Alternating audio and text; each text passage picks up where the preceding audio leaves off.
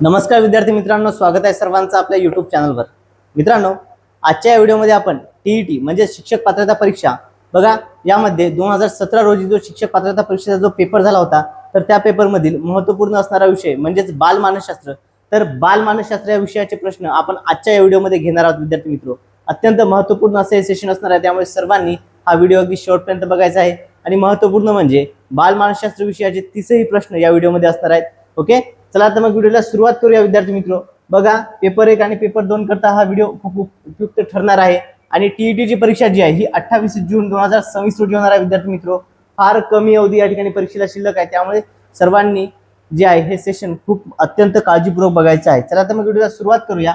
बघा, आजच्या व्हिडिओमधला आपला पहिला प्रश्न आपल्या स्क्रीनवरती आहे। प्रश्न काय बघा विद्यार्थी मित्रो, या ठिकाणी आता बघा, मानसशास्त्रामध्ये आपल्याला मॅक्झिमम क्वेश्चन जे आहेत हे काठिण्य पातळी ही उपयोजनात्मक असतात आणि आकलनात्मक स्वरूपाचे प्रश्न आपल्याला त्या ठिकाणी बघायला मिळतात। तर त्या टाइपचे जे काही प्रश्न होते तेच प्रश्न या व्हिडिओमध्ये आहेत। बघा, प्रश्न काय पहिला, खाली संवेदना आणि अवबोध यावर आधारित दिलेल्या विधानापैकी कोणते विधान योग्य नाही म्हटलेलं आहे। बघा, संवेदना आणि अवबोधावर आधारित काही विधाने आपल्याला या ठिकाणी दिलेली आहेत, त्यापैकी चुकीचं विधान ओके चुकीचं विचारलेलं आहे आपल्याला या ठिकाणी। बघा, योग्य नाही म्हटलं म्हणजे चुकीचं जे विधान असणार आहे ते आपल्याला ओळखायचं आहे विद्यार्थी मित्र।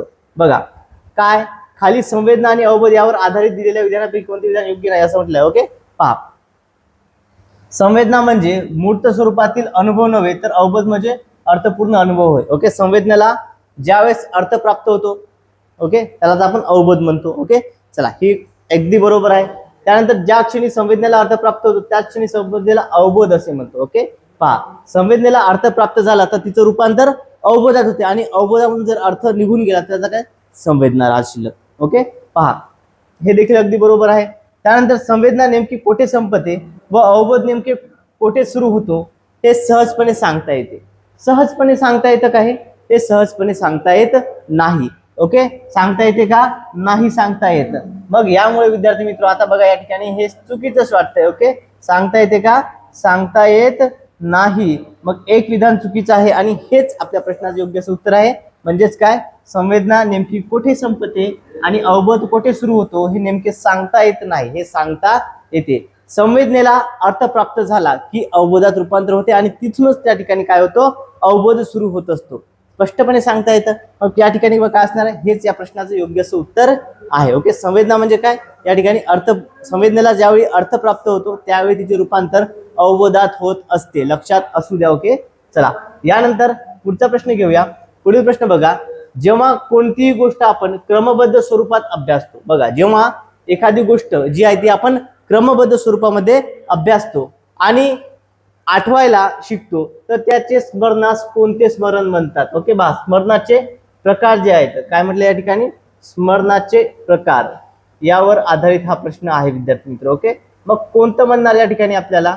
बघा, काय होते, आपण काय करतो, क्रमबद्ध शिकतो, अभ्यासतो आणि आठवायला शिकतो आणि त्याचं स्मरणात रूपांतर होते। मग हे कोणते स्मरण झाले, सक्रिय स्मरण, मनोवैज्ञानिक स्मरण, बौद्धिक स्मरण की यांत्रिक स्मरण। ओके, काय म्हणतो आपण या ठिकाणी विद्यार्थी मित्र, आता याचे जे आहे आपण आठवायला लागतोय, कुठं मनातल्या मनात आपण त्या ठिकाणी स्मरण करायला लागतो। ओके, काय करतो, मनातल्या मनात आपण ती गोष्ट स्मरण करायला लागतो, त्याला काय म्हणतात, मनोवैज्ञानिक स्मरण। ओके, ऑप्शन नंबर 2 मनोवैज्ञानिक स्मरण हे आपल्या प्रश्नाचं योग्य उत्तर आहे। ओके, पहा विद्यार्थी मित्रो, याच टाइपचे आकलनात्मक प्रश्न आपल्याला आता टीईटी मध्ये बघायला मिळणार आहेत, कारण की मागेच एक न्यूज आली होती की टीईटी जी काठिण्य पातळी आहे, ओके, आता या ठिकाणी काय उपयोगात्मक प्रश्न हे आपल्याला जास्त बघायला मिळतील। ओके, त्याच टाइपचे प्रश्न या बघा, 2017 जो पेपर झाला होता त्यामध्ये खूप सारे प्रश्न जे आहेत, संपूर्ण प्रश्नपत्रिका ही उपयोजनात्मक प्रश्नावरतीच आधारित होती। ओके, चला, त्यामुळे आजचं हे सेशन खूप महत्त्वपूर्ण असणार आहे विद्यार्थी मित्र। व्हिडिओवरती सर्वांनी व्हिडिओला लाईक करायचा आहे आणि जर तुम्ही टीईटी 2026 ची तयारी करत असाल तर सर्वांनी आपल्या चॅनलला सबस्क्राईब करायचं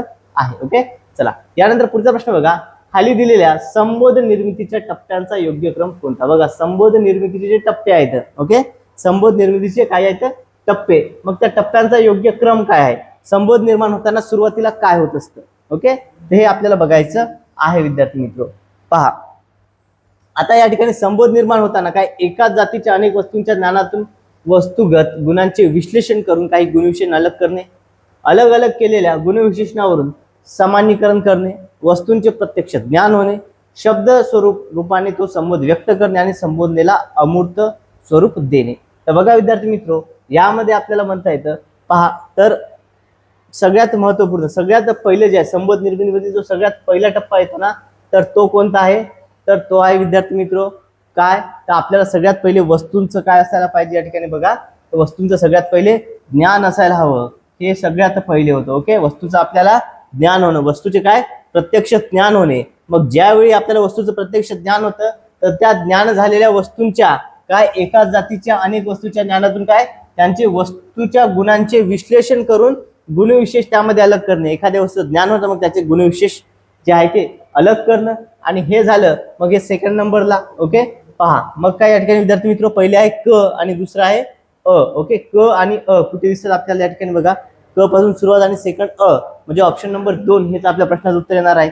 मग त्यानंतर काय ब, मग जे अलग करतो, मग अलग केलेल्या गुणविशेषणावरून काय त्याचं सामान्यीकरण करणं, आणि सामान्यीकरण करणं झालं की त्या संबोधाला अमूर्त स्वरूप देणं आणि त्या शब्दरूपाने ते संबोध व्यक्त करणं. सगळ्यात शेवटी काय ते संबोध व्यक्त करणं, हे सर्वात शेवटी असायला हवं, म्हणजे ड सगळ्यात शेवटी. तर ऑप्शन नंबर 2 पहा, हेच आपल्या प्रश्नाचं योग्य उत्तर आहे. ओके, बघा विद्यार्थी मित्र, प्रश्न खूप लेंदी आहेत या ठिकाणी. मानसशास्त्रामध्ये आपल्याला असेच प्रश्न हे परीक्षेमध्ये बघायला मिळू शकतात. त्यामुळे पहा, यापूर्वी 2017च्या पेपरमध्ये दिले प्रश्न आहेत सर्व. ओके, 2017चा पेपर 2 जो आहे त्यामधील हे प्रश्न आहेत विद्यार्थी मित्र. यानंतर पुढचा प्रश्न घेऊया. पुढील प्रश्न बघा आपल्या स्क्रीनवरती आहे, खालील स्मृती प्रतिमेतील. ओके, खालील काय म्हटलेलं आहे, स्मृती प्रतिमेतील टप्प्यांविषयीचे कोणते विधान बरोबर आहे. ओके, स्मृती प्रतिमेत जे काही टप्पे आहेत त्यापैकी कोणते विधान बरोबर आहे असा प्रश्न आपल्याला विचारलेला आहे. बघा, प्राथमिक स्मृती प्रतिमा ही अनुप्रतिमेपेक्षा कमी तीव्र असते. स्मृती प्रतिमा ही प्राथमिक स्मृती प्रतिमेपेक्षा जास्त तीव्र असते. स्वप्नातील प्रतिमा सर्व अनुप्रतिमा असतात. स्वप्नातील प्रतिमा काय, या सर्व अनुप्रतिमा असतात, आणि अनुप्रतिमेची तीव्रता ही सुरुवातीला कमी असते. तर बघा, अगदी बरोबर असणारं विधान काय विद्यार्थी मित्र, तर प्राथमिक स्मृती प्रतिमा ही अनुप्रतिमेपेक्षा तीव्र कमीची असते, आणि हेच आपल्या प्रश्नाचं काय योग्य असं उत्तर आहे. बघा, जी प्राथमिक स्मृती प्रतिमा असते ही अनुप्रतिमेपेक्षा काय असते, कमी असते. कशी असते रे, कमी असते. बाकी इतरही विधान जे आहेत हे चुकीची आहेत. ओके, ऑप्शन नंबर 1 हे आपल्या प्रश्नाचं योग्य असं उत्तर आहे. यानंतर पुढचा प्रश्न बघा आपल्या स्क्रीनवरती आहे विद्यार्थी मित्र, खाली दिलेल्या विधानांमध्ये अध्ययनाचे कूट उकलनास, ओके, अध्ययनाचे कूट उकलनास सहाय्यक ठरणारे विधान कोणते. बघा, व्यक्ती निर्णय घेताना विचारापेक्षा भावनेला महत्व देते. व्यक्ती काय करते, निर्णय घेताना विचारापेक्षा भावनेला महत्व देते. त्यानंतर बघा, एखादी व्यक्ती समस्या सोडवण्याऐवजी, ओके पहा विद्यार्थी मित्र, या ठिकाणी काय, एखादी व्यक्ती समस्या सोडवण्याऐवजी समस्येपासून स्वतःची सुटका करून घेते. एखादी व्यक्ती काय करते, समस्या सोडवण्याच्या ऐवजी स्वतःची त्यापासून काय सुटका करून घेते. दुसरं काय, व्यक्ती आपल्याला सोयीस्कर असा अर्थ काढते आणि एखाद्या व्यक्तीबद्दल विचाराबद्दल पूर्वग्रह न ठेवता विचार करते. तर विद्यार्थी मित्र, हे अगदी योग्य असणार आहे. ओके, एखाद्या व्यक्तीबद्दल विचाराबद्दल कुठल्याही स्वरूपाचा पूर्वग्रह मनामध्ये न ठेवता त्या ठिकाणी काय, तर विचार करते. हे या ठिकाणी अगदी योग्य असं उत्तर असणार आहे विद्यार्थी मित्र. यानंतर पुढचा प्रश्न घेऊया. पुढील प्रश्न बघा, खाली दिलेल्या विधानामध्ये अध्ययनाचे कोणते लक्षण अयोग्य आहे. बघा, अध्ययनासंबंधी अयोग्य लक्षण कोणतं आहे, कोणतं लक्षण काय म्हटलं या ठिकाणी, अयोग्य. बघा, मग आता कोणतं आहे बरं या ठिकाणी, अध्ययन जे आहे. ओके, अध्ययनासंबंधी आपल्याला अयोग्य लक्षण ओळखायचं आहे. तर बघा विद्यार्थी मित्र, अध्ययन हे वर्तन प्रक्रिया असून ती उद्दिष्टाप्रत जाणारी असते. अगदी बरोबर आहे. अध्ययन काय, एक वर्तन प्रक्रिया आहे जी उद्दिष्टाप्रत जाण्यासाठी काय असते, निश्चित असते. ओके, बघा मग आता विद्यार्थी मित्र या ठिकाणी काय, उद्दिष्ट प्राप्तीसाठी हालचालीची आवर्तने आवश्यक ठरतात. ओके, अनावश्यक ठरतात का, या ठिकाणी अनावश्यक म्हटलेलं आहे. तर जर आपल्याला एखादं उद्दिष्ट प्राप्त करायचं आहे, मग त्या ठिकाणी आपण जे काही प्रयत्न करू ती आवर्तने अनावश्यक असतील का, नाही, ती सगळी त्या ठिकाणी आवश्यक असतील. इथं काय म्हटलेलं आहे, अनावश्यक. मग हे या ठिकाणी चुकीचं ठरतं. बघा, आता विद्यार्थी मित्र, जास्त आपल्याला काय, परीक्षेला अवधी हा खूप कमी असतो, वेळ कमी असतो, मग जास्त वाचत बसायची गरज आहे का, नाही. आपल्याला काय माहिती आहे, 4 पैकी एकच उत्तर असणार, आणि आपल्याला काय विचारलं, अयोग्य. मग एक जर आपल्याला चुकीचं सापडलं तर खाली ऑप्शन बघण्याची गरज नाही, डायरेक्ट तेच आपल्या प्रश्नाचं उत्तर असणार आहे. ऑप्शन नंबर 2 हे या प्रश्नाचं योग्य असं उत्तर आहे विद्यार्थी मित्र. ओके, चला यानंतर पुढचा प्रश्न बघा आपल्या स्क्रीनवरती आहे. प्रश्न काय, सातत्यपूर्ण सर्वकष मूल्यमापनांच्या खालील मर्यादापैकी कोणती मर्यादा अयोग्य आहे. बघा, सातत्यपूर्ण सर्वकष मूल्यमापनाच्या ज्या काही मर्यादा आहेत त्यापैकी चुकीची कोणती आहे? बघा, अनुभव जो आहे या ठिकाणी अनुधावनाचा अभाव, ओके, अनावधानाचा अभाव या ठिकाणी असणे, त्यानंतर पालकांची उदासीनता, समाजाचा केवळ गुणात्मक विकासावरती भर आणि शैक्षणिक साधनांची कमतरता. तर काय असणार आहे प्रश्नाचं उत्तर विद्यार्थी मित्र? तर बघा, यापैकी एक अयोग्य बाब आहे. बघा, हे बरोबर आहे, पालकांची उदासीनता देखील बरोबर येते. यामध्ये अनावश्यक काय तर समाजाचा केवळ गुणात्मक विकास जो आहे, समाज काय करतो, केवळ गुणात्मक विकासावरती भर देतो आणि हे या ठिकाणी सर्वकष मूल्यमापनामध्ये चुकीचं आहे. ओके, बघा, सर्वकष मूल्यमापनामध्ये फक्त गुणात्मक आहे का या ठिकाणी? तर ही काय, हे स्टेटमेंट हे चुकीचं ठरतं आणि त्यामुळे ऑप्शन नंबर 3 हे आपल्या प्रश्नाचं योग्य असं उत्तर आहे. सर्वकष मूल्यमापनामध्ये या ठिकाणी सर्व प्रकारचा येतो, फक्त गुणात्मक आहे का नाही? गुणात्मक नाही, त्यासोबत भावनिक होतो, सामाजिक विकास देखील आहे. ओके, गुणात्मक, भावनिक आणि सामाजिक तीनही प्रकारचे येतात सर्वकष मूल्यमापनामध्ये. इथं फक्त गुणात्मक दिलेलं आहे, त्यामुळे हे विधान चुकीचं आहे. ओके, चला यानंतर नेक्स्ट क्वेश्चन घेऊया. तत्पूर्वी विद्यार्थी मित्र, जर तुम्ही पहिल्यांदा आपला व्हिडिओ बघत असाल तर सर्वांनी आपल्या चॅनलला सबस्क्राईब करायचं आहे आणि व्हिडिओ आवडत सर्वांनी व्हिडिओला लाईक देखील करायचं आहे. ओके, चला यानंतर पुढचा प्रश्न बघा, सहसंबंध गुणक संख्या व त्यांचा लावलेला अर्थ. ओके, बघा, सहसंबंधाची गुणक संख्या आणि त्यांचा लावलेला जो अर्थ आहे, तर याच्या योग्य जोड्यांचा क्रम जो आहे आपल्याला लावायचा. ओके, योग्य जोड्यांचा क्रम. बघा, सहसंबंध गुणक आहे 0. प्लस मध्ये म्हटलं एक ने प्लस 0.20 किंवा कमी. ओके, दुसरं काय, प्लस 0.20 ते 40, 0.40, त्यानंतर 0.40 ते 0.70 सर्व प्लस मध्ये आहेत, बेरजे मध्ये आहेत. ओके, धन स्वरूपात आहेत. त्यानंतर प्लस 0.70 ते 1.0. तर बघा या ठिकाणी विद्यार्थी मित्र, आता यामध्ये एक बाब समजून घ्या. बघा, 0.20 किंवा त्यापेक्षा कमी जे असतात हे काय असतात, हे सर्वात कमी म्हणजेच काय, सहसंबंध दुर्लक्षणायोग्य असतात. ओके, हे सहसंबंध कसे असतात, दुर्लक्षणायोग्य असतात. म्हणजे अच काय आहे, अच क होणार. ओके, आणि 0.20 ते 0.40 जे आहेत, 0.20 ते 0.40 हा सहसंबंधाला अल्प असतो. म्हणजे या ठिकाणी सहसंबंध अल्प, क नंतर अ. ओके, पहा, त्यानंतर 0.40 ते 0.70 जे आहेत हे विद्यार्थी मित्र, हे सहसंबंध मध्यम आहेत. हे काय, मध्यम स्वरूपाचे आहेत. ओके, बघा, 0.7 ते 0.70 हे कसे झाले, हे मध्यम स्वरूपात झालं. मध्यमवरून आपण लक्षात ठेवतो म्हणजे कच ड. ओके, कच ड. आणि या ठिकाणी 0.70 ते 1 हे सगळ्यात उच्च झाला. हा सर्वात उच्च आकडा दिलेल्या आकड्यापैकी हा सहसंबंध गुणक जो आहे हा सर्वात उच्च स्वरूपाचा आहे. मग त्या ठिकाणी उच्चतम काय असणार आहे, या ठिकाणी सहसंबंध उच्चतम या ठिकाणी ब. ड च काय आहे रे, ड च या ठिकाणी काय, सॉरी 4 नंबरचं काय असणार आहे, ते या ठिकाणी ब असणार आहे. म्हणजे क अ ड ब. बघा, क अ ड ब कुठे दिसते, ऑप्शन नंबर 3. ऑप्शन नंबर 3 मध्ये आहे क अ ड ब.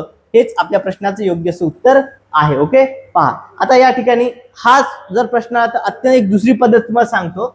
बघा, आता इथं आपल्याला की नाही थोडंसं आपण टॅकल वेगळ्या पद्धतीने करू शकतो. 0.20 कमी. आता या ठिकाणी बघा, कमी शब्द आहे. कमी मध्ये आपल्याला काय माहिती, कमी म्हणजे काय, कमी म्हणजे अल्प. कमी म्हणजेच काय, अल्प. या ठिकाणी अशा पद्धतीने जोडी होते, कमी म्हणजे काय, अल्प. ओके, बघा, या ठिकाणी एक कमीचा अर्थ काय होतो, अल्प. मग आता या ठिकाणी कमीपेक्षा अजून काय, तर सहसंबंध दुर्लक्षणायोग्य. ओके, दुर्लक्षणायोग्यच आहे, या ठिकाणी दुर्लक्ष होणार. आणि या ठिकाणी विद्यार्थी मित्र 0.20 ते 40 हे झाला सगळ्यात कमी, अल्प. त्यानंतर हा झाला मध्यम स्वरूपाचा, त्यानंतर हा झाला उच्च स्वरूपाचा. ओके, बघा, एकदम काय, दुर्लक्षणायोग्य. ओके, त्यानंतर कमी म्हणजे अल्प स्वरूपाचा, या ठिकाणी मध्यम आणि उच्च, हे लक्षात होते. आता विद्यार्थी मित्र, हा चार्ट परीक्षेच्या दृष्टिकोनातून खूप महत्वपूर्ण आहे. आगामी परीक्षेमध्ये देखील रिपीट होण्याचे चान्सेस असतात. ओके, या टाईपचे प्रश्न आपल्याला डेफिनेटली परीक्षेमध्ये बघायला मिळतील. त्यानंतर पुढचा प्रश्न पहा. आता विद्यार्थी मित्र, आपल्या सर्वांना काय, आपण उपपत्त्या पाठ करतो. ओके, आपण परीक्षेमध्ये काय करतो, उपपत्त्या ज्या आहेत त्या पाठ करून जातो. मात्र आपल्याला प्रश्न हे थोडेसे वेगळ्या टाईपचे विचारतात.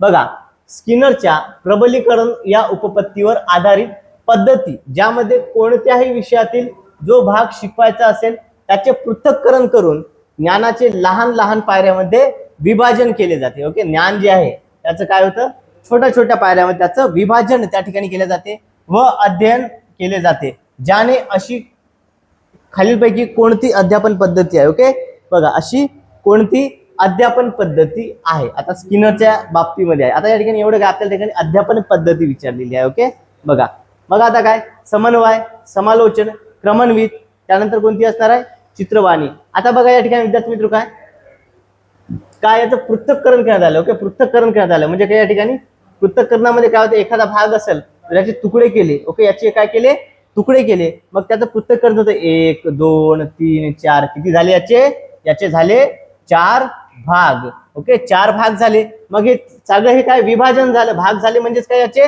4 भागामध्ये विभाजन झालं. मग लहान लहान पायऱ्यामध्ये ज्ञान काय लहान लहान पायऱ्यामध्ये त्या ठिकाणी विभागित झालं. मग विभागणी म्हणजेच काय विद्यार्थी मित्र, ज्यावेळेस विभाजन होतं, विभाजन आलं म्हणजे काय आलं त्यामध्ये, त्यामध्ये क्रम येत असतो. विभाजनामध्ये काय येतो, विभाजनामध्ये क्रम येतो. मग आता यापैकी आपल्याला मग कोणतं असणार आहे, क्रमान्वित अध्यापन पद्धती. ऑप्शन नंबर 3 हे आपल्या प्रश्नाचं योग्य असं उत्तर आहे. काय कृती आहे ही, तर ही क्रमान्वित अध्यापन पद्धती त्या ठिकाणी योग्य असं उत्तर असणार आहे. ओके, चला यानंतर पुढचा प्रश्न घेऊया.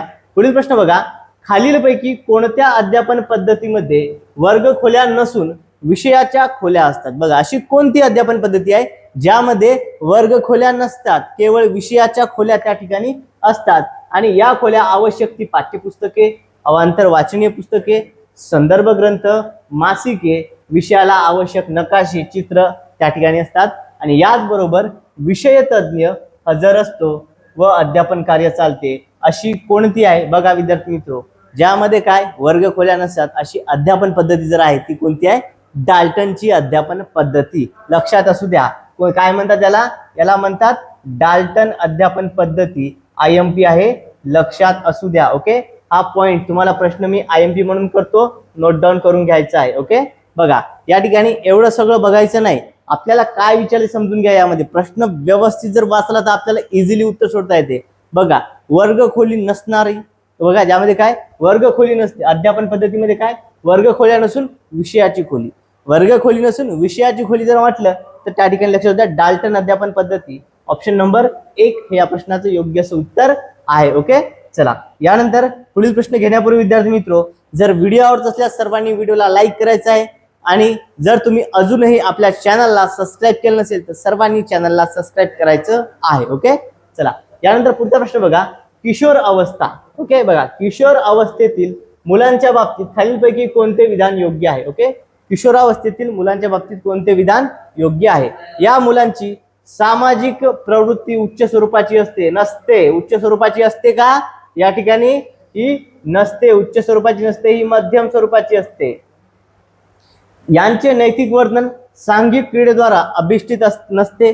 ओके, आता सांघिक पीडतेद्वारा असते का, बघा या ठिकाणी किशोरावस्थेमध्ये मुले काय करतात, संघ करून, गट करून, गोळका करून राहतात. मग या ठिकाणी काय म्हटलेलं आहे, नसते म्हटलेलं आहे. नसते का, हे असते रे बाबा, हे काय असते, हे असते. हे विधान देखील या ठिकाणी काय आपल्याला बघितलं आहे, आपल्याला योग्य ओळखायचं आहे. हे विधान देखील या ठिकाणी चुकीचं दिलं होतं यांनी. ओके, हे दोन स्टेटमेंट काही त्यांचे चुकीचे आहेत, आपल्याला योग्य ओळखायचं आहे. टोळीच्या हितासाठी आई वडिलांना देखील फसवू शकतात. बघा हे अगदी योग्य आहे. या ठिकाणी किशोरावस्थेमधील जी बालके असतात, किशोरावस्थेमधील जी मुलं असतात, ही त्यांचा जो गट असतो, त्यांची जी टोळी असते, त्या टोळीच्या हितासाठी आपल्या आई वडिलांना देखील ते फसवू शकतात, खोटं बोलतात. ओके, मग त्यामुळे हे विधान अगदी बरोबर असणार आहे या ठिकाणी. Okay, option number 3. ओके, टोळींच्या हितासाठी आई वडिलांना फसवू शकतात, हे आपल्या प्रश्नाचं अगदी योग्य असं उत्तर आहे. विद्यार्थी मित्रो, ही जी उत्तरे आहेत ही महाराष्ट्र राज्य परीक्षा परिषद ची जी अंतिम उत्तर सूची असते त्या अंतिम उत्तर सूचीनुसार आपण घेतलेली आहेत. ओके, चला यानंतर नेक्स्ट क्वेश्चन घेऊया. पुढचा प्रश्न बघा विद्यार्थी मित्रो, काय आहे, पुढील प्रश्न आपल्या स्क्रीनवरती आहे. आता हा जो प्रश्न आहे, खाली दिलेल्या विधानामध्ये कोणते विधान शैशवावस्थेतील कारक विकासाचे वैशिष्ट्य. ओके, शैशवावस्थेतील कारक विकास म्हटलेला आहे. बघा, मुलांच्या हालचालींची वाढ पायापासून डोक्याकडे होत असते, स्मरणशक्ती तीव्र असते, 4-6 महिने वयाच्या बालकांना भीती वाटते आणि वेळेबाबत संबोध नीट झालेला असतो. आता बघा या ठिकाणी संबोध नीट झालेला असतो का, ओके, वेळेबाबत या मुलांचा नाही, नसतो. ओके, या ठिकाणी बालकाला भीती वाटते. ओके, हे देखील बरोबर आहे. त्यानंतर स्मरणशक्ती तीव्र असते, शैशवावस्थेमध्ये स्मरणशक्ती जी आहे तीव्र असते. ओके, आता बघा विद्यार्थी मित्रो, हे देखील बरोबर येतं. मग आता यामध्ये काय, आणि मुलांच्या या ठिकाणी वाढ पायापासून डोक्याकडे होते. ओके, पायापासून डोक्याकडे वाढ म्हटलेला आहे. तर आता याच्यामध्ये काय, तर हा प्रश्न जो आहे यामध्ये मल्टिपल आन्सर जे आहे ते बरोबर येत होते, यामध्ये खूप आक्षेप आले होते. त्यामुळे हा प्रश्न काय होता, तर या ठिकाणी त्या वर्षी 2017 मध्ये हा प्रश्न रद्द करण्यात आला होता. ओके, हा प्रश्न काय रद्द करण्यात आलेला होता. यानंतर पुढचा प्रश्न बघा विद्यार्थी मित्र, काय पुढील प्रश्न आपल्या स्क्रीनवरती आहे. ओके, अत्यंत महत्वपूर्ण असा हा प्रश्न या ठिकाणी दिसून येतो आपल्याला विद्यार्थी मित्र. याच टाईपचा प्रश्न आपल्याला आगामी परीक्षेत डेफिनेटली बघायला मिळण्याचे चान्सेस आहेत. ओके, चला बघा प्रश्न काय, खाली दिलेल्या जीन पियाजे यांच्या व्यक्तीच्या बौद्धिक विकासाचे टप्पे. ओके, बघा व्यक्तीच्या काय बौद्धिक विकासाचे टप्पे व त्यातील घटक यांच्या जोड्यांचा योग्य क्रम कोणता. ओके, बौद्धिक विकासाचे टप्पे आणि त्यांचे घटक यांच्या योग्य जोड्यांचा काय क्रम. मग बघा यांनी काय कोणते दिले आहेत, यामध्ये यांनी शब्दपूर्व अवस्था, क्रियापूर्व प्रतिनिधित्व काळ, मूर्त क्रियात्मक अवस्था आणि बौद्धिक विकासाची अवस्था अशा अवस्था दिले. आणि या ठिकाणी घटक सांगले आहेत, वैचारिक घटक समस्या सोडवणे, काही प्रमाणाबद्ध संबोध निर्मिती करणे, मूलचेतकांचे वर्गीकरण करायला शिकवते आणि सहसंबंध मध्यम. तर आता बघा विद्यार्थी मित्र, आपल्याला यामध्ये काय असणार आहे हे आपण समजून घेऊया. ओके, पहा सगळ्यात पहिले शब्दपूर्व अवस्था जी असते, शब्दपूर्व अवस्था याला काय म्हणतात, यामध्ये काय तर मूलचेतकांचे वर्गीकरण करायला शिकवते. ओके, शब्दपूर्व अवस्था काय करते, मूलचेतकांचे वर्गीकरण शिकायला शिकवते. क्रियापूर्व प्रतिनिधित्व काळ जो आहे, क्रियापूर्व प्रतिनिधित्व काळ जो आहे यामध्ये काय तर यामध्ये काही प्रमाणात संबंध निर्मिती होतात, त्याचं काय असणार आहे ब. ओके, बघा अच काय एकच क, दोनच ब. त्यानंतर मूर्त क्रियात्मक कालावस्था, मूर्त क्रियात्मक कालावस्था यामध्ये काय असतं सहसंबंध मध्यम असतो, सहसंबंध मध्यम. आणि या ठिकाणी काय सहसंबंध मध्यम म्हणजे बच, या ठिकाणी आहे ड. आणि बौद्धिक विकासाची अवस्था ती मध्ये काय वैचारिक समस्या सोडवते आपण. ओके, बघा वैचारिक समस्या आपण कधी सोडवू शकतो बालक, ज्यावेळी त्याचा बौद्धिक विकास हा व्यवस्थित झालेला असतो, अशाच वेळी वैचारिक स्वरूपाच्या ज्या समस्या त्या सोडवल्या जातात. त्यामुळे या ठिकाणी ड च काय असणार आहे अ. ओके, मग या ठिकाणी बघा कोणतं असणार आहे उत्तर, याचं एचं 2 ऑप्शन नंबर 2 हे या प्रश्नाचं योग्य असं उत्तर आहे विद्यार्थी मित्र. ओके, चला वाटलंच त्याचा स्क्रीनशॉट करून घ्या तुम्ही, परीक्षेच्या दृष्टिकोनातून अत्यंत महत्वपूर्ण हा पॉइंट आहे. ओके, चला थोडं साईड लावतो मी, स्क्रीनशॉट करून घ्यायचा याचा.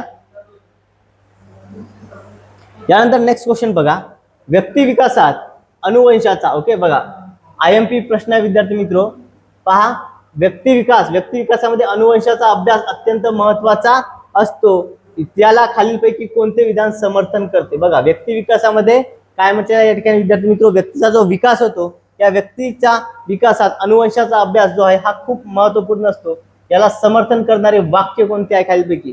बघा बालकाचे व्यक्तिमत्व त्याचे पालक आणि शिक्षक पूर्णपणे विकसित करू शकतात. बरोबर आहे, बालकाचे व्यक्तिमत्व काय असते त्याचे पालक आणि शिक्षक हे करू शकतात, हे वाक्य बरोबर आहे. पण पूर्णतः समर्थन म्हटलं आहे की अनुवंशाने प्राप्त होणाऱ्या गोष्टींचा व्यक्तिगत विकासात वाटा नसतो, असतो त्या ठिकाणी वाटा नसतो का, त्या ठिकाणी वाटा असतो. जन्मजात स्वभाव हा व्यक्तिमत्व विकासातील महत्वाचा घटक आहे, अगदी महत्वपूर्ण समर्थन करणारा मुद्दा या ठिकाणी हा आहे.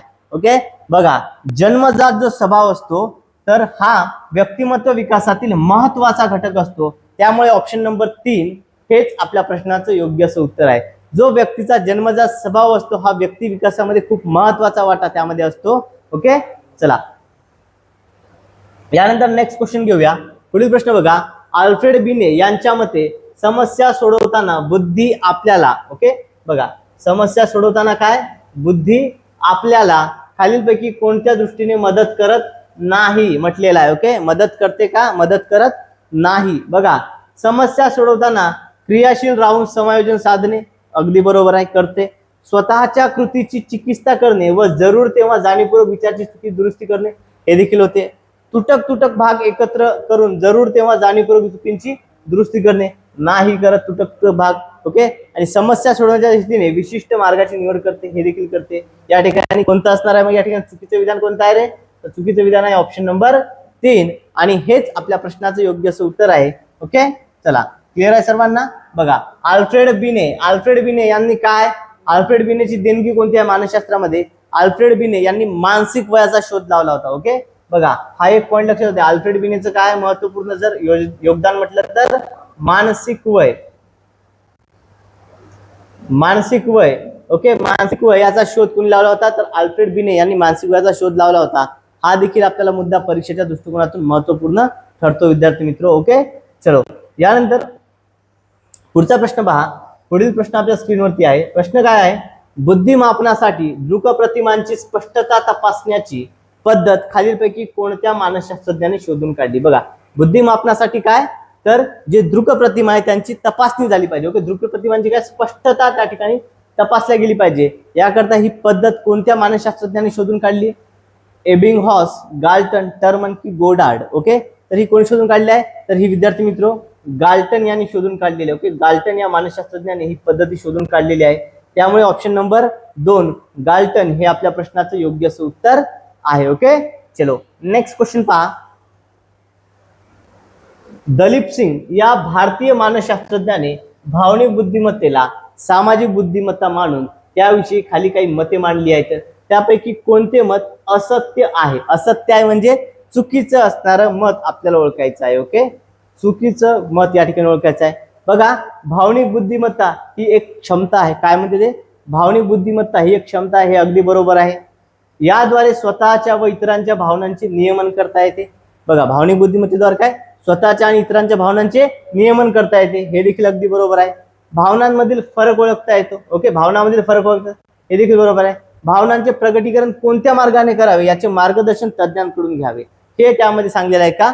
नाही, हे चुकीचं विधान आहे आणि आपल्याला काय ओळखायचं आहे? असत्य. त्यामुळे ऑप्शन नंबर 4 हेच आपल्या प्रश्नाचं योग्य उत्तर आहे. ओके, पहा विद्यार्थी मित्रो, या ठिकाणी या स्वरूपाचे प्रश्न हे खूप लेंदी असतात. ओके, 2017 मध्येच्या पेपरमध्ये खूप लेंदी प्रश्न परीक्षेमध्ये विचारण्यात आले होते. तेच प्रश्न आपण या ठिकाणी घेत आहोत. बघा, आता या ठिकाणी परीक्षेचा पॅटर्न थोडा बदललेला आहे.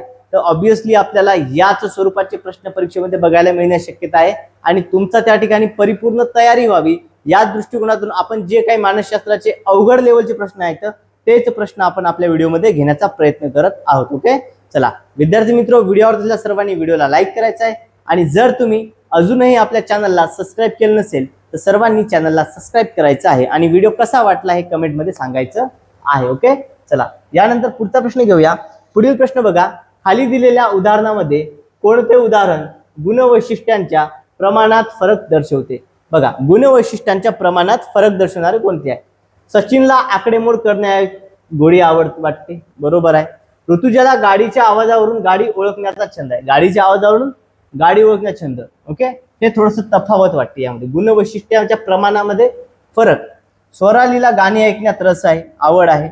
सार्थकला बास्केटबॉल खेळाची आवड आहे, हे देखील येतं. ओके, मग यामध्ये थोडस तफावत वाटते. बघ, गाडीच्या आवाजावरून गाडी ओळखण्याचा छंद आहे, हे थोडस तफावती आहे. यामुळे हेच या प्रश्नाचं उत्तर आहे ऑप्शन नंबर 2. ऋतुजाला गाडीचा आवाजावरून गाडी ओळखण्याचा छंद आहे, हे आपल्या प्रश्नाचं योग्य उत्तर असणार आहे विद्यार्थी मित्र. ओके, चला पहा विद्यार्थी मित्र, अशा टाईपचे प्रश्न आपल्याला परीक्षेमध्ये बघायला मिळतात. ओके, पहा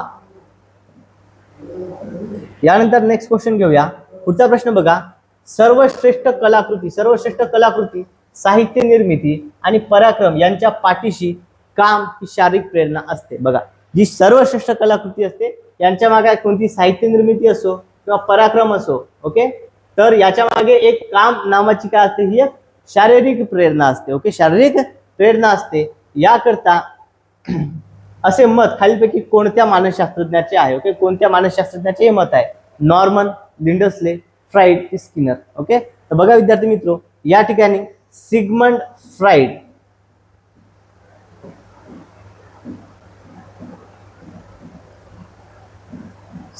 फ्राइड या मानसशास्त्रज्ञाचं असं मत आहे की कोणतीही सर्वश्रेष्ठ कलाकृती असो, कोणताही पराक्रम असो, हे पूर्ण करण्यासाठी माणसाच्या मागे एक प्रकारची काय असते? शारीरिक प्रेरणा.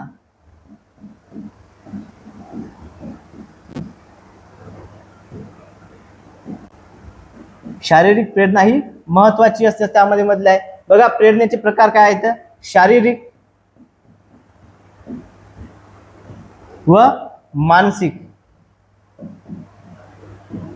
आणि सामाजिक.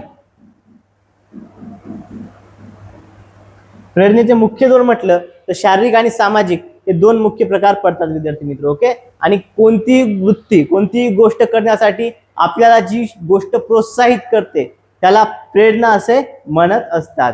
ओके, चला यानंतर नेक्स्ट क्वेश्चन पहा. खाली दिलेल्या अवधानाच्या स्वरूपाविषयी विधानामध्ये कोणते विधान असत्य आहे? ओके, अवधान म्हणजे काय? एका ठिकाणी आपलं लक्ष केंद्रित असणं, एखाद्या बाबीवरती आपलं ध्यान असणं, याला आपण अवधान म्हणतो. सिंपल भाषेमध्ये जर म्हटलं मग या ठिकाणी असत्य असणारं विधान आपल्याला ओळखायचं आहे. कोणतं विधान आहे जे असत्य आहे विद्यार्थी मित्र? बघा, अवधान ही मनाची शक्ती नसून तो एक मनोव्यापार आहे. अगदी बरोबर आहे. अवधान मनाची शक्ती नसून तो एक काय? मनोव्यापार आहे. ओके, बघा अवधानाचे प्रकार विद्यार्थी मित्र, अभ्यस्त अवधान, इच्छापूर्वक अवधान, ऐच्छिक अवधान, ओके ज्याला आपण म्हणतो, आणि अनैच्छिक अवधान, असे 3 मुख्य प्रकार आहेत अवधानाचे.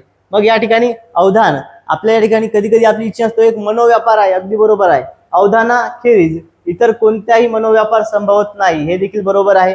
अवधान प्रक्रियेत ज्ञानात्मक, क्रियात्मक आणि भावनात्मकता असते. अगदी बरोबर आहे. अवधान हे ज्ञानात्मक आहे, क्रियात्मक आहे आणि भावनात्मक देखील आहे. ओके, बघा ज्ञानात्मक अभ्यास करणे हे झालं ज्ञानात्मक अवधान. क्रियात्मक खेळ खेळतो आपण, ओके खेळामध्ये आपलं लक्ष जाते, गुंतून राहतो, आपल्याला रमून जातो, हे झालं क्रियात्मक. आणि या ठिकाणी भावनात्मक, एखाद्या गोष्टीची आपल्याला आवड असेल, चित्रकार चित्र काढण्यात मशगूल होतो की त्याला वेळेचं आणि ठिकाणाचं भान राहत नाही. कित्येकदा टीईटी मध्ये हा प्रश्न रिपीट झालेला आहे. हे झालं कोणतं? तर हे झालं भावनात्मक अवधान.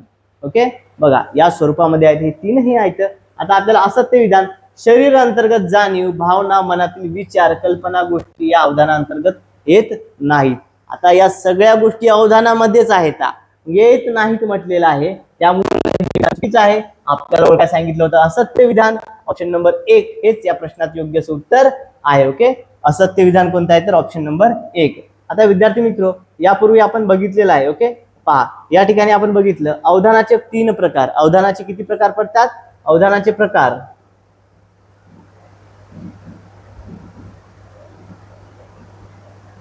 मागच्या व्हिडिओमध्ये आपण स्पष्टीकरणासह घेतल्या विद्यार्थी मित्र. यामध्ये एक म्हणजे अभ्यस्त अवधान. ओके, अभ्यस्त, ज्याच्यामध्ये आपण पूर्णपणे रमून जातो, आपल्याला कोणत्याही गोष्टीचं भान राहत नाही, असं जर कुठलाही जर तुम्हाला प्रश्न आला तर अभ्यस्त अवधान. त्यानंतर दुसरं आहे ऐच्छिक अवधान.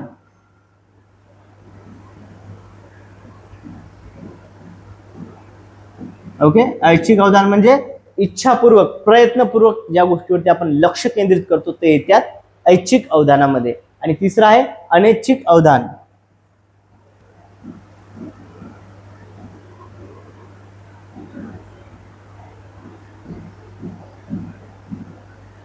अनैच्छिक अवधान. ओके, लक्ष नाही, इच्छा नसताना अनैच्छिक म्हणजे इच्छेच्या विरुद्ध ज्या गोष्टीकडे लक्ष जातं. जसं की लहान मुलांचं लक्ष हे खेळण्याकडे जात असतं. जोरदार पाऊस चालू असताना विजाचा गडगडाट आला तर आपलं लक्ष त्या ठिकाणी जातच. ओके, असं कोणी नाही की विजाकडे लक्ष देणार नाही, आपल्याला ते ऐकलं की आपलं लक्ष त्या ठिकाणी जातच. ओके, चला, होप सर्वांना हे जे स्पष्टीकरण आहे समजलं असेल. ओके, चला विद्यार्थी मित्र, स्पष्टीकरण आवडलं असल्यास सर्वांनी व्हिडिओला लाईक करायचं आहे. आणि जर तुम्ही टीईटी 2026 ची तयारी करत असाल आणि तुम्ही अजूनही जर आपल्या चॅनलला सबस्क्राईब केलं असेल तर सर्वांनी चॅनलला सबस्क्राईब करायचं आहे विद्यार्थी मित्र. ओके, चलो यानंतर नेक्स्ट क्वेश्चन घेऊया. पुढील प्रश्न पहा आपल्या स्क्रीनवरती आहे. इंग्लंडमधील ऑक्सफर्ड जवळ पर्से येथे शाळा काढून भाषण, संवाद, नाट्यकरण इत्यादी पद्धतींचा अवलंब करून निरनिराळे विषय क्रीडा पद्धतीने शिकवण्यास प्रारंभ खालीलपैकी कोणी केले? बघा या ठिकाणी क्रीडा पद्धतीनं म्हटलेलं आहे. आता बघा विद्यार्थी मित्र, क्रीडा पद्धतीने या ठिकाणी कोण शिकवायला सुरुवात केली होती रे? ओके, क्रीडा पद्धतीने या ठिकाणी विचारलेला आहे. तर हे बघा या ठिकाणी हा प्रश्न खूप महत्वपूर्ण आहे विद्यार्थी मित्र. ओके, या टाईपचा प्रश्न जो आहे आपल्याला परीक्षेमध्ये फर्स्ट टाइम जो आहे विचारण्यात आला होता. ओके, इंग्लंडमधील जी ऑक्सफर्ड जवळ पर्से येथे आहे, ओके पर्से येथे शाळा काढली आणि त्या ठिकाणी काय तर नाट्यकरण, भाषण, संवाद या सर्व पद्धतीचा अवलंब करण्यात आला. आणि ते करून काय तर या ठिकाणी पद्धती आहे क्रीडा पद्धत. या ठिकाणी कोणती म्हटली आहे? या ठिकाणी गाल्टन. ओके, हे या प्रश्नाचं योग्य असं उत्तर आहे. या ठिकाणी हा प्रश्न जो होता पर्यायानुसार काय तर हा रद्द करण्यात आला होता. ओके, टीईच्या परीक्षेमध्ये हा प्रश्न विद्यार्थी मित्र रद्द करण्यात आला होता. आयएमपी प्रश्न आहे पण लक्षात असू द्या. यानंतर पुढचा प्रश्न बघा. विद्यार्थ्यांचे अध्ययन चांगले व्हायचे असेल तर शिक्षकाचे पाठ्यवस्तूवर प्रभुत्व असणे आवश्यक आहे. विद्यार्थ्यांचे अध्ययन चांगले व्हायचे असेल तर शिक्षकाचे काय पाठ्यपुस्तकावरती काय पाठ्यवस्तूवर प्रभुत्व असणे आवश्यक आहे, असे मत खालीलपैकी कोणी आपल्या प्रतिमानात मांडले? ओके, बघा अध्यापनाची जी प्रतिमाने आहे त्यावरती आधारित हा प्रश्न आपल्याला दिसून येतो विद्यार्थी मित्र. ओके, तर हा कोणी मांडले आहे? टर्नर आणि पट्टू यांनी मांडलेला आहे. ऑप्शन नंबर 2 हे या प्रश्नाचं योग्य असं उत्तर आहे. आता विद्यार्थी मित्र, अध्यापनाची जी प्रतिमाने आहे, ओके अध्यापनाची प्रतिमाने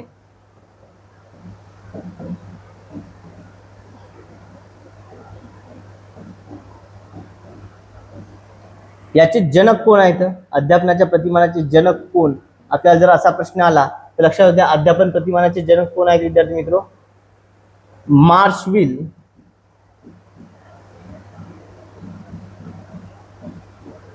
आणि ब्रूस जॉइस. ओके, मार्शविल आणि ब्रूस जॉइस हे काय आहेत? अध्यापन प्रतिमानाचे जनक आहेत. ओके, IMP आहे, नोट डाऊन करून घ्या. ओके, अध्यापन प्रतिमानाचे जनक कोण आहेत? ब्रूस जॉइस आणि मार्शविल यांनी अध्यापन प्रतिमानाचा शोध लावला. यानंतर पुढचा प्रश्न बघा, जेव्हा विद्यार्थ्यांच्या वैशिष्ट्यांचा विकास करून त्यांचे भावजीवन जे आहे, ओके, वैशिष्ट्यांचा विकास करून त्याचे भावजीवन अधिक समृद्ध केले जाते, त्याद्वारे सामाजिक वातावरण एकूण पर्यावरणाविषयीची काय सर्जनशील संबंध प्रस्थापित करण्यास मदत केली जाते, तेव्हा खालीलपैकी कोणत्या प्रतिमानाचा उपयोग होतो? बघा, अध्यापनाची जी प्रतिमाने आहेत यावरती आपल्याला 100% प्रश्न होतो. ओके, बघा मग यामध्ये काय असणार आहे? विद्यार्थ्यांच्या वैशिष्ट्यांचा विकास करून, ओके, भावजीवन त्यांचं भावजीवन म्हणजे काय? हे झालं व्यक्तिगत. ओके, मग यामध्ये काय झालं? व्यक्तिगत स्वरूपाचं कोणतं आहे? ज्ञान प्रक्रियाकरण काय, वर्तन परिवर्तन का नाही, व्यक्तिगत विकास प्रतिमान. हे कोणतं झालं? हे झालं व्यक्तिगत विकास प्रतिमान आहे. त्यामुळे ऑप्शन नंबर 3 व्यक्तिगत विकास प्रतिमान हे आपल्या प्रश्नाचं योग्य असं उत्तर आहे विद्यार्थी मित्र. ओके, चला यानंतर नेक्स्ट क्वेश्चन घेऊया. पुढील प्रश्न बघा आपल्या स्क्रीनवरती आहे. प्रश्न काय आहे विद्यार्थी मित्र?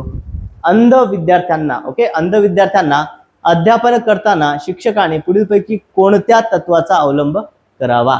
ओके, पुढीलपैकी कोणत्या तत्वाचा अवलंब करावा? बघा, आता जे अंध विद्यार्थी आहे, अंध विद्यार्थ्यांना अध्यापन करताना शिक्षकाने कोणते तत्व अवलंबले पाहिजे? अधिकची चेतना, एकात्म अनुदेशन, अमूर्तता की स्वकृती. दिलेल्या पर्यायापैकी विद्यार्थी मित्र सगळ्यात योग्य कोणतं उत्तर असणार? तर अमूर्तता. ओके, काय करतात ते? स्पर्शाद्वारे त्या ठिकाणी शिकतात. काय? स्पर्शाद्वारे शिकतात, चेतनेद्वारे शिकतात. मग त्यामध्ये काय असणार? अधिकची चेतना का नाही, तर त्या ठिकाणी अमूर्तता हे अगदी योग्य असं उत्तर असणार आहे विद्यार्थी मित्र. ओके, अमूर्तता हे या ठिकाणी अगदी योग्य असणार आहे. त्यामुळे ऑप्शन नंबर 3 हे आपल्या प्रश्नाचं योग्य असं उत्तर आहे.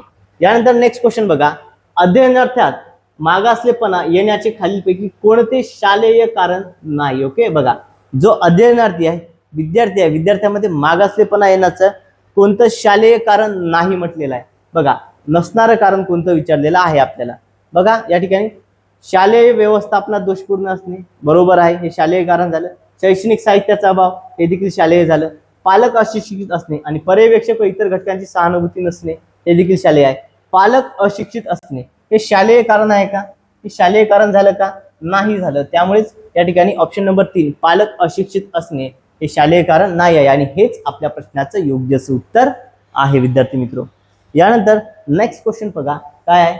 आत्मनिरीक्षण पद्धतीबद्दल. ओके, आत्मनिरीक्षण पद्धतीबद्दल खाली दिलेल्या विधानातून कोणते विधान अयोग्य आहे, म्हणजे चुकीचं असणारं विधान आपल्याला ओळखायचं आहे. ओके, आत्मनिरीक्षण पद्धती, अध्ययन अध्यापनाच्या ज्या काही पद्धती आहेत त्यापैकी एक आहे आत्मनिरीक्षण पद्धती. बघा, स्वतःमधील दोष निवारण करता येतात. ओके, स्वतःमधील दोष निवारण करता येतात, अगदी बरोबर आहे. या पद्धतीचे जनक वुंट व टिचनर आहेत. ओके, विल्यम वुंट व टिचनर. ओके, कोण कोण आहे ते जनक? कोणी केले आहे? विल्यम वुंट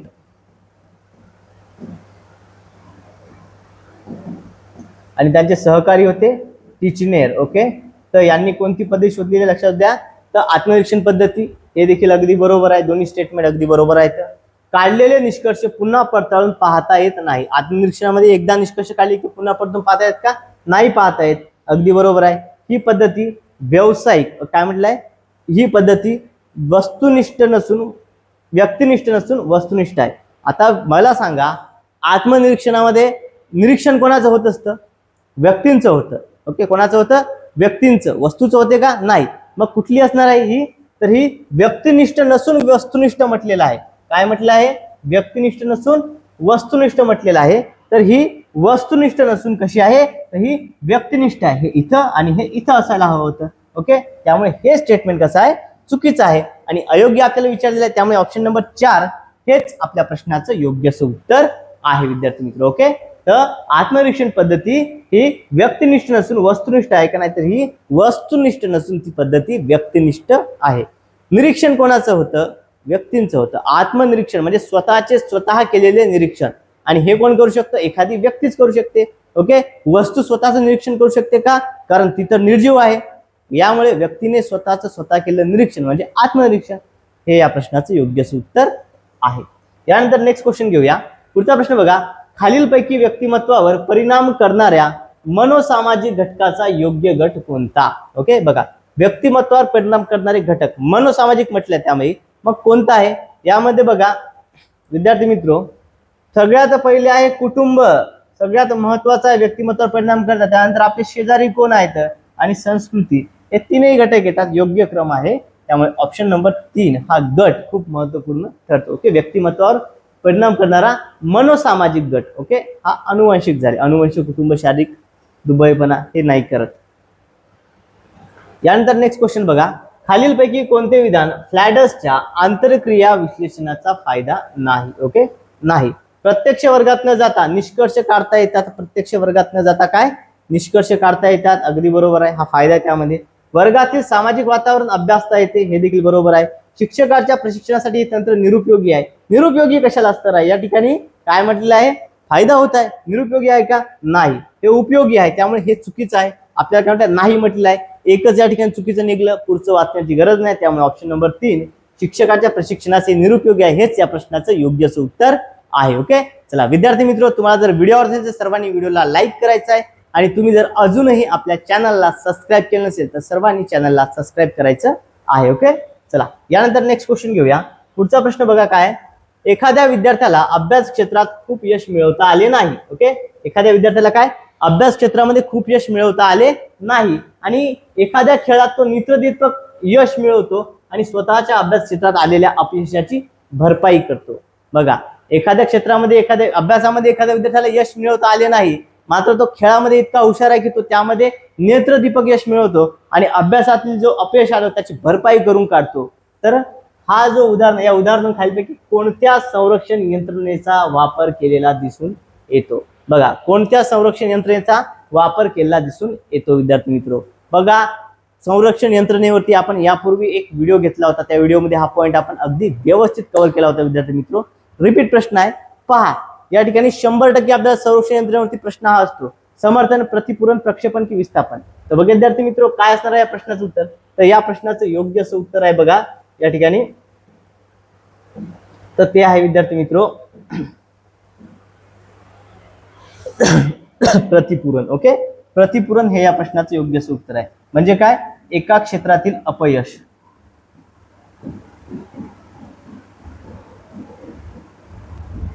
एका क्षेत्रातील अपयश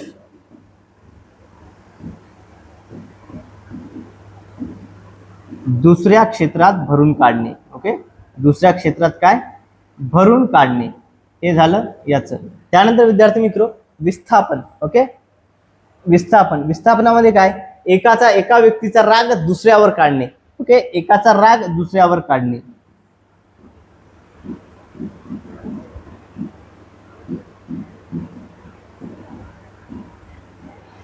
एकाचा राग दुसऱ्यावर काढणे, याला काय म्हणतात? हे झालं विस्थापन. त्यामध्ये अजून एक येतं तादाम्य. ओके, मोठमोठे व्यक्ती, बडे व्यक्ती यांसोबत त्या फोटो काढून त्याच्याशी आपला संबंध जोडणे, हे झालं तादाम्य. ओके, क्लिअर आहे सर्वांना? चला, व्हिडिओ आवडल्यास सर्वांनी व्हिडिओला लाईक करायचं आहे विद्यार्थी मित्र. यानंतर पुढचा प्रश्न बघा, कोणत्याही विषयाचा अनुभवाचा, ओके, कोणत्याही विषयाचा अनुभवाचा, परिस्थितीचा व प्रतिक्रियेचा एकत्रित विचार केल्याशिवाय आकलन होऊन अर्थपूर्ण जाणीव निर्माण होत नाही व त्याबद्दल अंतर्दृष्टीही येत नाही, हे संक्रमणाच्या कोणत्या उपपत्तीनुसार आहे? ओके, बघा, अध्ययन संक्रमणाची ज्या उपपत्ती आहे कोणत्यामध्ये येतं? या ठिकाणी समान घटक उत्पत्ती, आदर्शवादी उत्पत्ती, सामान्यीकरण उत्पत्ती की पूर्णाकारवादी. तर विद्यार्थी मित्र ऑप्शन नंबर 4 पूर्णाकारवादी उत्पत्ती हे या प्रश्नाचं योग्य असं उत्तर आहे. ओके, सामान्यीकरण उत्पत्ती कोणाची आहे? तर सामान्यीकरण उत्पत्ती विद्यार्थी मित्र ही CH जड यांची आहे. CH जड यांची सामान्यीकरण उपपत्ती येते. ओके, चला बघा विद्यार्थी मित्र, असे 30 प्रश्न 2017च्या TETच्या पेपर 2 मध्ये आपल्याला विचारण्यात आलेले होते. त्याची आपण योग्य अशी उत्तरं, जी की महाराष्ट्र राज्य परीक्षा परिषदेच्या अंतिम उत्तर तालिकेनुसार देण्यात आली होती, ती उत्तरे आपण या ठिकाणी बघितली आहेत. होप सर्वांना हा व्हिडिओ आवडला असेल. ओके, चला विद्यार्थी मित्र, व्हिडिओ आवडला असल्यास सर्वांनी व्हिडिओला लाईक करायचा आहे आणि सगळ्यात महत्त्वपूर्ण म्हणजे जर तुम्ही अजूनही आपल्या चॅनलला सबस्क्राईब केलं असेल तर सर्वांनी चॅनलला सबस्क्राईब करायचं आहे. साईडला जे बेल आयकॉन आहे त्याला देखील प्रेस करायचं आहे, म्हणजे टीईटी संदर्भात येणाऱ्या प्रत्येक व्हिडिओची अपडेट तुम्हाला मिळत जाईल. कोणताही व्हिडिओ तुमच्याकडून मिस होणार नाही. आणि जर तुम्हाला आजच्या या क्लासची ही पीडीएफ डाउनलोड करायची तर आजच्या क्लासची पीडीएफ नोट्स डाउनलोड करण्याकरता आपलं टेलिग्राम चॅनल तुम्ही जॉईन करायचं आहे, ज्याची लिंक या व्हिडिओच्या डिस्क्रिप्शन बॉक्समध्ये दिलेली आहे विद्यार्थी मित्र. ओके, चलो मित्रांनो, आजच्या या व्हिडिओमध्ये एवढंच. भेटूया तर पुढच्या व्हिडिओमध्ये. Thank you so much.